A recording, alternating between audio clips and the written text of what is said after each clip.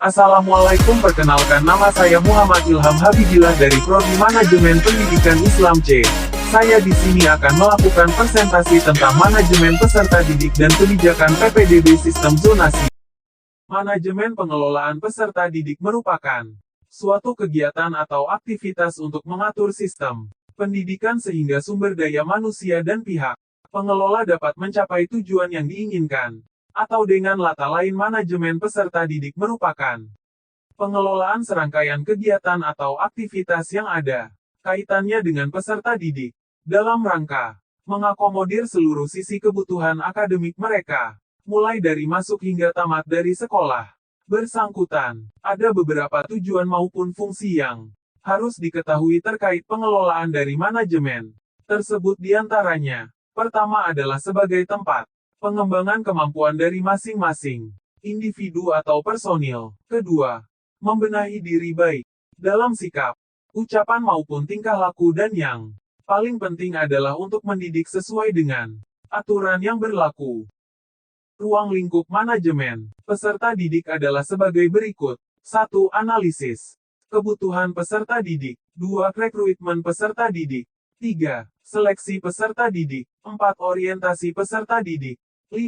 Penempatan peserta didik, pembagian kelas. 6. Pembinaan dan pengembangan peserta didik. 7. Pencatatan dan pelaporan peserta didik. PPDB jalur zonasi yang diatur dalam Permendikbud yang baru bertujuan untuk meningkatkan akses pendidikan yang berkualitas tanpa diskriminasi.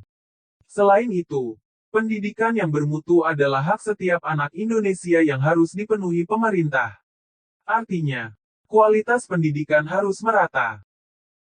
Pendidikan negeri miliki pemerintah daerah wajib menerima calon peserta didik yang berdomisili pada radius zona terdekat dari sekolah paling sedikit sebesar 90% dari total jumlah keseluruhan peserta didik yang diterima. Penerapan sistem zonasi tidak hanya bertujuan untuk pemerataan kualitas pendidikan, namun juga mendorong partisipasi aktif sekolah dan wali murid dalam perencanaan pendidikan. Tantangan utama dalam penerapan kebijakan zonasi adalah kurangnya kesiapan pemangku kepentingan yang terimbas. Selain itu, penerapan sistem zonasi di Indonesia memerlukan pembenahan utamanya dalam pelaksanaan di tingkat lokal. Solusi untuk merespon tantangan tersebut adalah dengan mengkampanyekan kebijakan sistem zonasi lebih dini dan melakukan penajaman kebijakan operasional di daerah.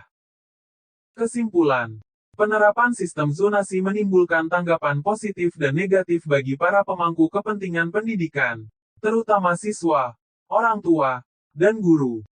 Agar sistem zonasi dapat diterima masyarakat dan implementatif dalam jangka panjang, pemerintah hendaknya menerjemahkan tujuan dan sasaran kebijakan sesuai dengan kondisi lokal, mengomunikasikan kebijakan zonasi secara akurat, dan melibatkan masyarakat melakukan pemantauan dan evaluasi.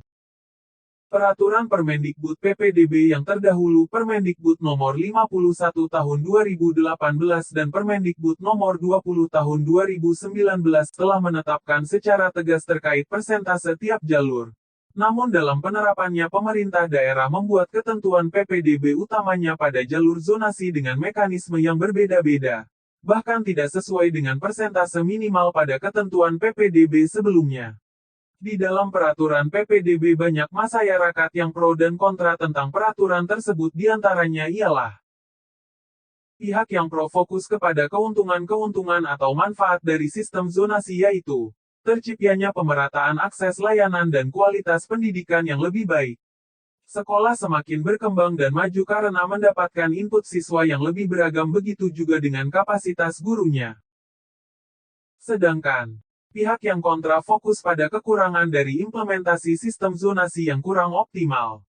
Kekurangan tersebut berupa kesiapan sekolah-sekolah di daerah seperti sarana dan prasarana serta kualitas pendidik yang belum setara. Masalah kebijakan jalur prestasi yang dianggap belum mewadahi kebutuhan di lapangan. Masalah penentuan jarak sekolah dan tempat tinggal yang menyebabkan sebaran jumlah peserta didik pada setiap sekolah menjadi tidak seimbang dan minimnya partisipasi aktif orang tua karena lemahnya literasi terkait sistem zonasi yang disebabkan oleh efek samping kelemahan teknis di lapangan.